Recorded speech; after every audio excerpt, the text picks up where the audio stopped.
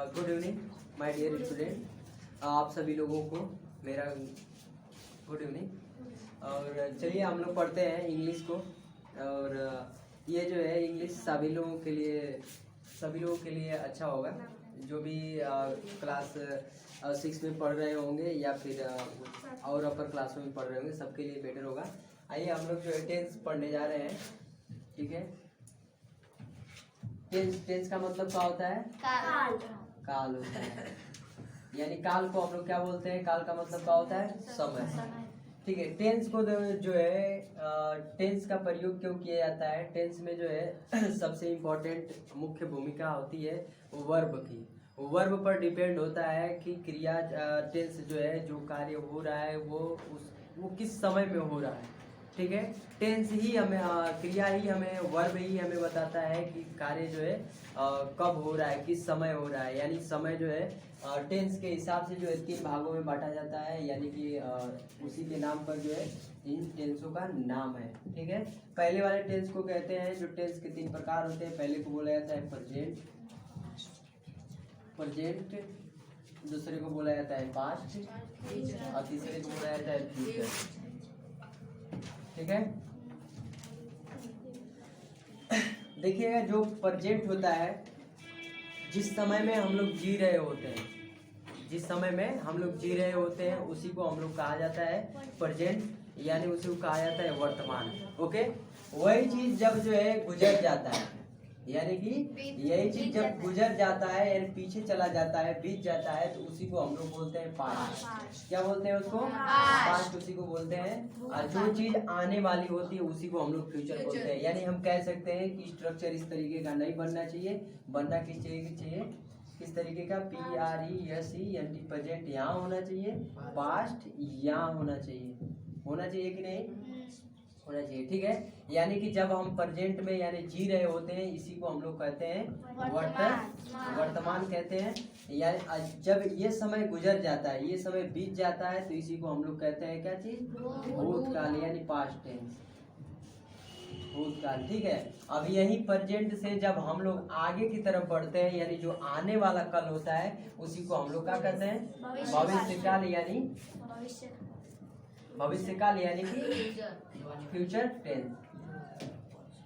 देखिएगा, जो छोटे बच्चे होंगे उनके लिए भी बहुत इम्पोर्टेंट होगा ये। और जो बड़े लोग हैं, जिनको नहीं समझ में अभी तक आया है, उनके लिए भी बहुत इम्पोर्टेंट होगा, ठीक है।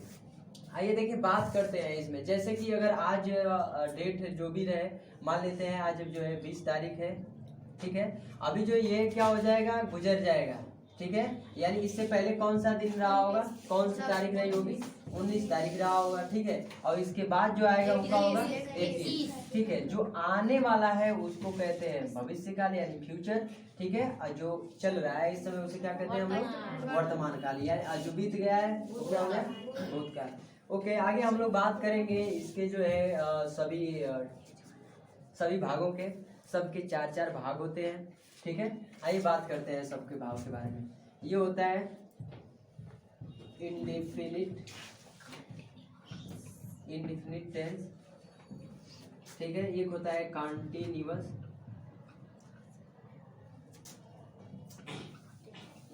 टेंस, एक होता है परफेक्ट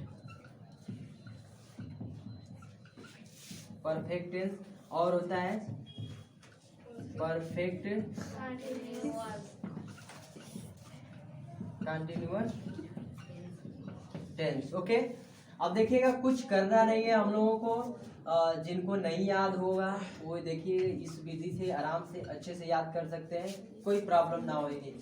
देखिएगा, सबसे पहले हम लोग क्या करते हैं? प्रेजेंट को यहाँ रखेंगे, यानी कि प्रेजेंट को यहाँ पर रखेंगे तो क्या बोलेंगे? प्रेजेंट इंडेफिनिट टेंस, यानी एक भाग हो गया। प्रेजेंट कंटिन्यूअस टेंस दूसरा हो गया। प्रेजेंट परफेक्ट टेंस तीसरा हो गया, ठीक है। और प्रेजेंट परफेक्ट कंटिन्यूअस टेंस से कौन सा हो गया? चौथा, ठीक है। यानी कि ये 4 भाग होते हैं, सबके 4 भाग होते हैं, टोटल 12 होते हैं, ओके। इधर बात करें इधर पास्ट की, तो यहाँ रख देंगे हम लोग पास्ट। क्या रख देंगे? पास्ट यहाँ रख देंगे। और ये पास्ट क्या कहलाएगा? पास्ट इंडेफिनिट टेंस एक हो जाएगा, पास्ट कंटिन्यूअस दूसरा, पास्ट परफेक्ट तीसरा।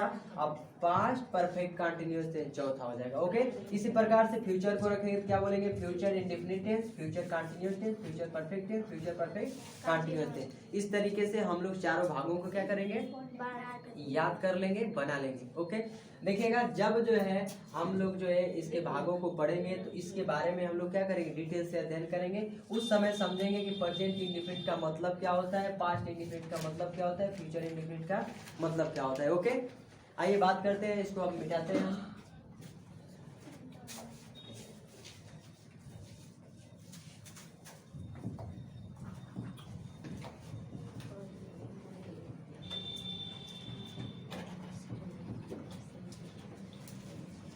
ठीक है, टेंस में सबसे इंपॉर्टेंट भूमिका रहती है वर्ब की। ओके, तो हम जो है प्रेजेंट इंडेफिनिट टेंस को स्टार्ट करेंगे, अभी बताते हैं।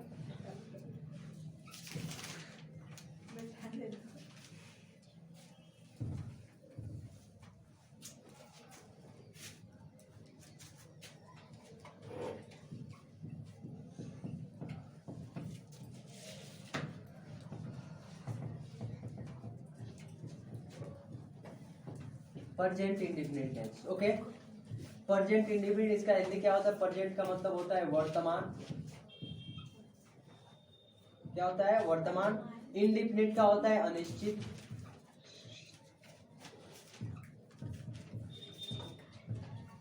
अनिश्चित। टेंस का मतलब होता है काल। अब एक बात समझने वाली है, यहाँ पर एक वर्ड पावर हम लोग पढ़ते हैं, देखिएगा क्या होता है, डिफिनिट। क्या होता है, डिफिनिट का मतलब क्या होता है, अनिश्चित। निश्चित। क्या होता है, डिफिनिट का मतलब क्या होता है, निश्चित। डिफिनिट का मतलब क्या होता है, निश्चित। निश्चित। निश्चित किसे कहते हैं, निश्चित का मतलब क्या होता है, ओके ओके, यानी हम कह सकते हैं जिस चीज को हम डेफिनेटली नहीं बोलते हैं कुछ लोग, मैं डेफिनेटली इस काम को करूंगा, यानी कहने का मतलब ये होता है कि मैं इसको जरूर करूंगा। ओके, तो इसका मतलब निश्चित होता है। अगर कोई आपसे पूछे कि बताइए डेफिनिट का एंटोनिम्स क्या होता है, एंटोनिम्स आप लोग जानता है, अपोजिट, जिसे विलोम कहते हैं। तो डेफिनिट का मतलब क्या हो जाएगा, इनडेफिनिट। क्या हो जाएगा, इनडेफिनिट। ठीक है, हम लोग जो है साथ साथ इसके जो है वर्ड पावर को भी देखते चलेंगे। क्या हो जाएगा, अनिश्चित। ओके, ठीक है। अब देखिएगा हम जो है आपको बताए हैं कि सबसे इम्पोर्टेंट भूमिका रहती है टेंस में वर्ब की। तो हम सबसे पहले जो है वर्ब को जानेंगे। वर्ब क्या होता है, देखिएगा VERB, इसको बोलते हैं हम लोग वर्ब। वर्ब का मतलब क्या होता है, क्रिया। ठीक है, वर्ब का मतलब क्या होता है, क्रिया। देखिए जो है टेंस में यूज होने के हिसाब से क्रिया जो है दो प्रकार की होती है, यानी एक को बोलते हैं हम लोग मेन वर्ब, मेन वर्ब। दूसरे को बोलते हैं हेल्पिंग वर्ब, हेल्पिंग वर्ब। दूसरे को बोलते हैं हेल्पिंग वर्ब। अब दूसरा मेन वर्ब किसे कहते हैं और हेल्पिंग वर्ब किसे कहते हैं, समझने वाली बात है। मेन वर्ब का मतलब होता है मुख्य क्रिया।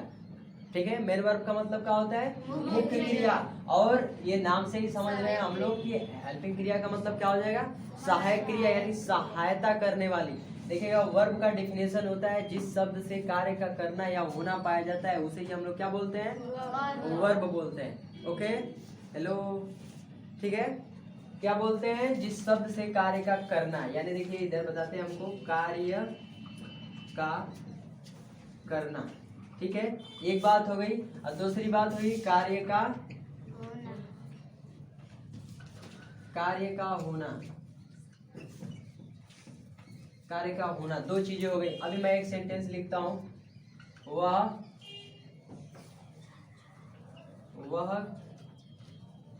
दौड़ता है, वह दौड़ता है। ठीक, अगला सेंटेंस, वह दौड़ता है और वह एक टीचर है, वह एक टीचर, यानी वह एक अध्यापक है। वह क्या है, अध्यापक है। ध्यान दीजिएगा इन दोनों बातों में। अभी हमें समझ में आया कि वर्ब क्या होता है। वर्ब जिस शब्द से कार्य का करना या होना पाया जाता है उसे वर्ब कहते हैं। वह दौड़ता है, क्या लिखेंगे? He runs. क्या लिखेंगे? He runs. दूसरे में लिखेंगे कि ही इज अ टीचर। क्या लिखेंगे? He is a teacher. हमने तो आपको बताया जिस शब्द से कार्य का करना पाया जाएगा वो क्या कहलाएगा? वर्ब कहलाएगा। आप बताइए इसमें कौन वर्ब है, इसमें कौन वर्ब है?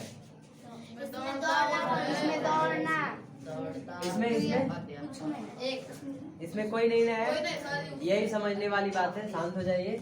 इसमें रन क्रिया है। क्या है? रन क्रिया है, ठीक है। और इसमें इज क्रिया है। क्या है? इज क्रिया है। कैसे?